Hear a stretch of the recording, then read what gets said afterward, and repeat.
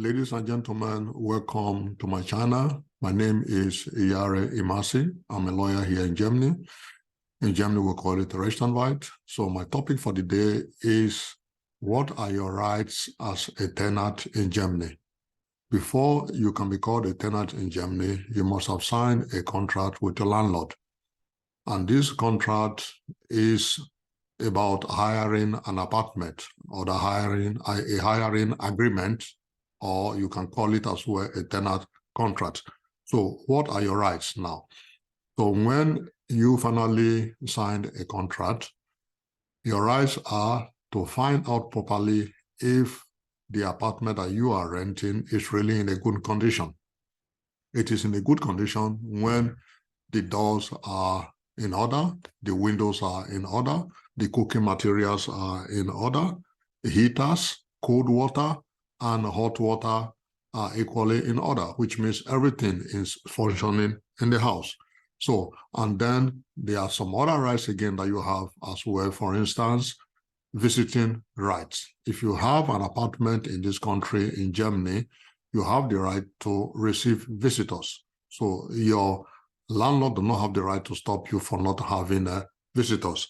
And you equally have the right to execute what we call Hausverbot. If somebody is coming into the apartment, coming into the house, into the building, and you don't like him, you don't like the way he behaves, you can write him and ask him not to come into the apartment again. That is what we call Hausverbot. And Hausverbot, this right to Hausverbot, to ask somebody, to ban somebody from coming to the apartment, is eligible by the law. And if he does not obey this right, these rules that you have given him, that you have spoke against him, you can equally take him to court to claim damages, and he'll be warned and he'll be fined.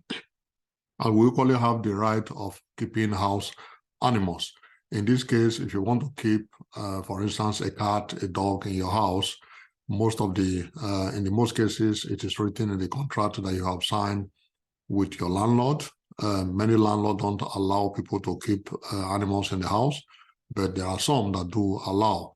But if it's not written in your contract, you can as well contact your landlord before you start keeping a cat or a dog in your house. And when you keep a dog or a cat in your house and you are living in the house, you are going to work, don't lock them in the house, because if you lock them in the house, they are bound to scratch your doors, because when you scratch the doors get damaged. You, as the man living in the house or the woman living in the house, you are responsible for it.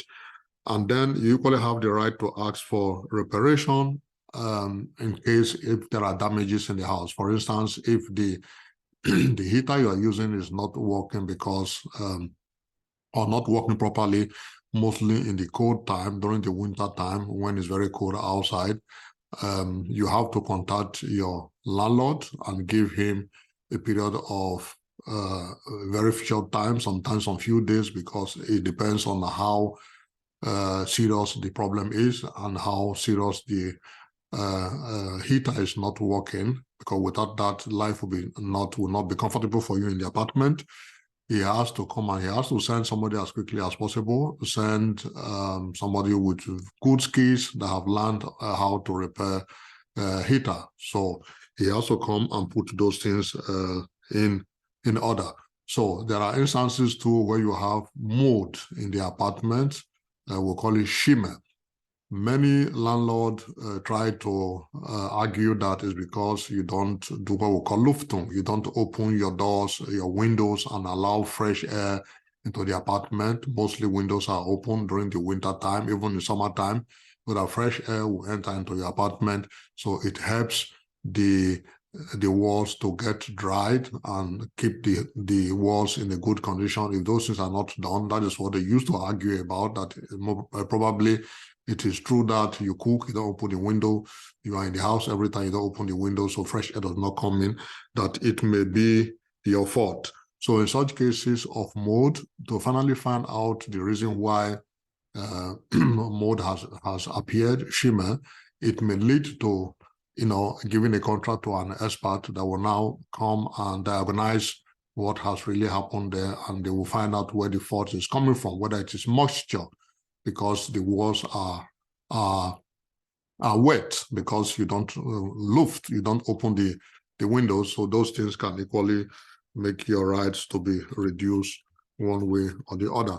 So then we have the rights of reducing your monthly payment. So if those things I have mentioned before are not in a good condition and your landlord does not care about it, he is not ready to come and get those things repaired, you have the right to reduce your rent, your monthly rent, to at least 3% or 5%. So, which means every month you pay him less than what you have been paying him before, because he did not react according to the law. It is written in the law that when something happens in your apartment, they are not in good condition, and these things, mostly there's no hot water, you only have cold water, the heater is not working, the apartment is cold, and the walls are really in mold, they are wet, and you can get sickness from it too. It's very dangerous to health. And he did not react as quickly as possible. You have the right to, reduce your rent, the money that you are paying to him every month. So you equally have the right to, when you finally pack up from the apartment after some months and you now terminate your apartment, the contract you want to leave, you have the right to collect your Shorty. Before you park into an apartment in this country, you are asked most of the time to pay a Shorty, and it can be a 2 months rent or 3 months rent calculated at once. That is your Shorty that you pay, and the landlord needs the Shorty in case when you park out later from the apartment and you left damages behind, so that he can use this money to get those things repaired. But when you leave the apartment at the end and you give back the apartment to him the way it was from the beginning, he does not have the right to start telling you he wants to keep your money. And if you are parking into an apartment, it's very important. If you are parking new into an apartment, I will advise you, go with a camera, picture the whole walls, picture the whole apartment, and keep those pictures very well in your file, so that when you are living later, there are some landlords that always say, when you park into the apartment, it was not like this, and now you are living the apartment in a very wrong way. Get those things renovated, get those things done, and you can easily show him the pictures that you took those days when you were parking into the apartment, how it was. And in the most cases, it's better to take the pictures in the presence of your landlord or whoever he has sent there to come and hand over the keys to you, so that you can go into the apartment. You have the right to give your apartment to what we call Subtenant. We call it in German Untermieter. So sometimes we have these students that don't have much money. They gather themselves in an apartment, a sort of a WG, Wohngemeinschaft.